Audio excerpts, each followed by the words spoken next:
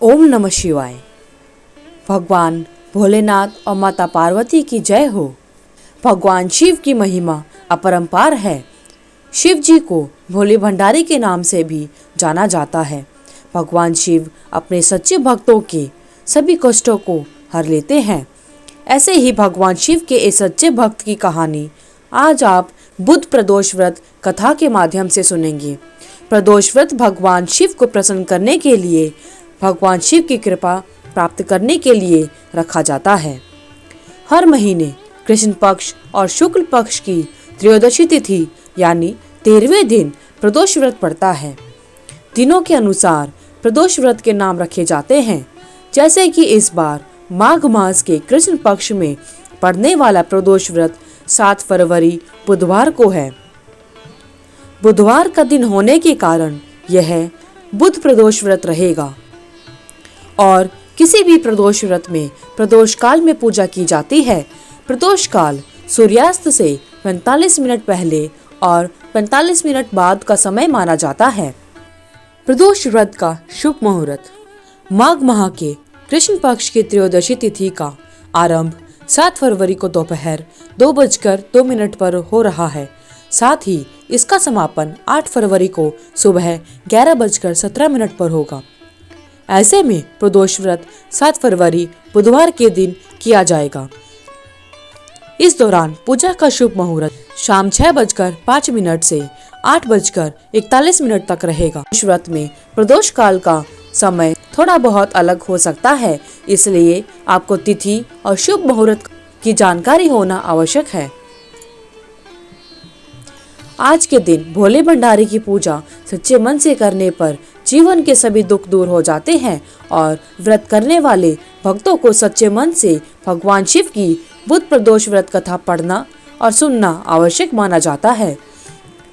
जो भक्त उपवास रखने में समर्थ नहीं है, वह भी मन में भगवान शिव का ध्यान करके प्रसन्न मन और पूर्ण विश्वास के साथ इस कथा को पढ़ सकते हैं अथवा दूसरों को सुना सकते हैं। भोले भंडारी उनकी सबकी मनोकामनाएं पूरी करते हैं तथा उनके जीवन के सभी कष्टों को हर लेते हैं।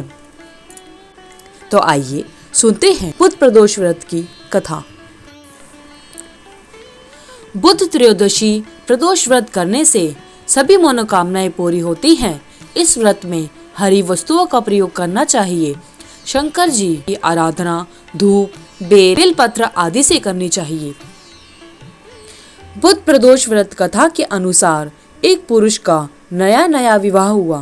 विवाह के 2 दिन के बाद उसकी पत्नी मायके चली गई। कुछ दिनों के बाद वह पुरुष पत्नी को लेने उसके मायके गया। बुधवार को जब वह पत्नी के साथ लौटने लगा, ससुराल वालों ने कहा कि आज बुधवार है और बुधवार के दिन शुभ कार्य के लिए यात्रा नहीं करते तथा उन्होंने कहा कि आज उसकी विदाई नहीं हो सकती। लेकिन वह पुरुष नहीं माना और पत्नी के साथ बैलगाड़ी में चल पड़ा।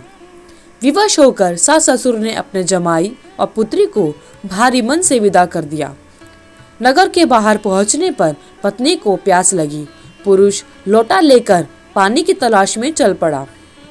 पत्नी को एक पेड़ के नीचे बिठा दिया। थोड़ी देर बाद जब वह पुरुष पानी लेकर वापस आता है, तब वह देखता है कि उसकी पत्नी किसी और के साथ हंस हंस कर बातें कर रही है और उसके लोटे से पानी पी रही है। उसको क्रोध आ गया।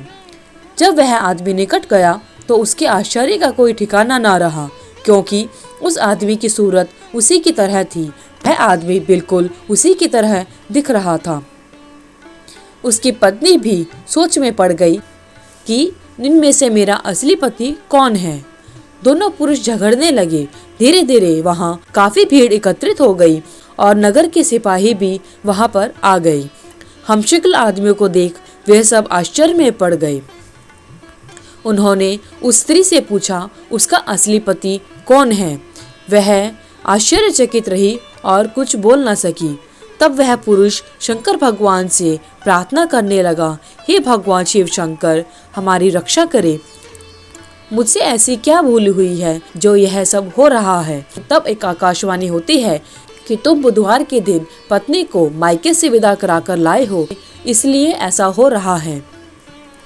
तब वह पुरुष अपनी गलती मानता है और कहता है कि हे भगवान, मुझसे बहुत बड़ी भूल हुई है कि मैंने सास ससुर की बात नहीं मानी और बुधवार को पत्नी को उस मायके से विदा कराकर ले आया। हे भगवान शिव शंकर, मैं भविष्य में ऐसा कभी नहीं करूँगा। जैसे ही उसकी प्रार्थना पूरी हुई, दूसरा पुरुष अंतर्ध्यान हो गया और पति पत्नी सकुशल अपने घर पहुंच गए। उस दिन के बाद से पति पत्नी बुध त्रयोदशी प्रदोष का व्रत रखने लगे और उनके जीवन में सुख शांति आ गई। अतः बुध त्रयोदशी व्रत हर मनुष्य को करना चाहिए, क्योंकि बुध त्रयोदशी का व्रत करने से सभी मनोकामनाएं पूरी होती हैं। भोलेनाथ, जिस प्रकार आपने उस पुरुष और उसकी पत्नी पर अपनी कृपा बनाई, उसी प्रकार बुध त्रयोदशी का व्रत करने वाले एवं प्रदोष व्रत करने वाले सभी पर अपनी कृपा बनाए रखना। अब जानते हैं बुध त्रयोदशी व्रत की नियम। प्रदोष व्रत में बिना कुछ खाए व्रत रखने का विधान है। ऐसा करना संभव ना हो तो एक समय फल खा सकते हैं। इस दिन सुबह स्नान करने के बाद भगवान शिव की पूजा करनी चाहिए। भगवान शिव, पार्वती और नंदी को पंचामृत व गंगा जल से स्नान कराकर बेलपत्र, धूप, चावल, फूल, दीप, भोग, नैवेद्य यानी भोग, फल, पान, सुपारी, लौंग और इलायची चढ़ाएं। शाम के समय फिर से स्नान करके इसी तरह शिव जी की पूजा करें। भगवान शिव को घी और शक्कर मिले जौ के सत्तू का भोग लगाएं। 8 दीपक 8 दिशाओं में जलाएं। इसके बाद शिव जी की आरती करें। रात में जागरण करें और शिव के मंत्रों का जाप करें। श्री शिवाय नमस्तुभ्याम या शिव जी के महामृत्युंजय मंत्र का जाप करें। इस तरह व्रत व पूजा करने से व्रत करने वाले की हर मनोकामना पूरी हो जाती है। प्रदोष व्रत को प्रदोष इसलिए कहा जाता है क्योंकि इसके पीछे कथा जुड़ी हुई है। संक्षेप में यह कथा है कि चंद्र को क्षय रोग था, जिसके चलते उन्हें मृत्यु तुल्य कष्ट हो रहे थे। भगवान शिव ने उस दोष का निवारण कर उन्हें त्रयोदशी के दिन पुनः जीवन प्रदान किया था। इसलिए इस दिन को प्रदोष कहा जाने लगा।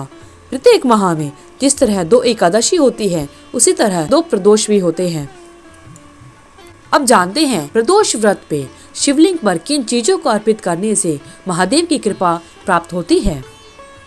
प्रदोष व्रत के दिन शिवलिंग पर घी, शहद, दूध, दही और गंगा जल अर्पित करना चाहिए। गंगा जल अर्पित करना अत्यंत शुभ माना जाता है। साथ ही इस व्रत पर भगवान शिव को घी, शक्कर और गेहूं के आटे से बना भोग अर्पित करने से व्रत करने वाले को आरोग्य की प्राप्ति हो सकती है। प्रदोष व्रत की पूजा प्रदोष काल में की जाती है। ऐसे में आप शाम के समय शिव मंदिर में जाकर शिव जी की पूजा के दौरान उन्हें मदार के फूल, बेलपत्र, धूप, दीप अर्पित करें। प्रदोष व्रत में भगवान शिव का किस प्रकार अभिषेक किया जाता है या किस तरह से जल अर्पित किया जाता है। प्रदोष व्रत की पूजा के दौरान आपका मुख उत्तर पूर्व दिशा की ओर होना चाहिए। अब पंचाक्षर मंत्र का जाप करते हुए जल चढ़ाएं। ध्यान रहे कि जल चढ़ाते समय धारा टूटनी नहीं चाहिए। प्रदोष व्रत के दिन शिवलिंग पर केसर अर्पित करने से साधक के जीवन में सुख शांति बनी रहती है। वहीं अगर कोई साधक प्रदोष व्रत पर शिवलिंग पर शक्कर अर्पित करते हैं तो इससे दरिद्रता दूर होती है और समृद्धि की प्राप्ति होती है। बोलो शिव शंकर की जय, माता पार्वती की जय। हे भगवान शिव शंकर, माता पार्वती, प्रदोष व्रत को करने वाले और प्रदोष व्रत की कथा को सुनने वाले सभी पर अपनी कृपा बनाए रखना। धन्यवाद। उम्मीद है आपको इस वीडियो में दी हुई जानकारी अच्छी लगी। अगर आपको वीडियो अच्छी लगी तो वीडियो को लाइक करें, शेयर करें, चैनल को सब्सक्राइब करना ना भूलें। साथ ही बेल आइकन को भी जरूर प्रेस करें। धन्यवाद।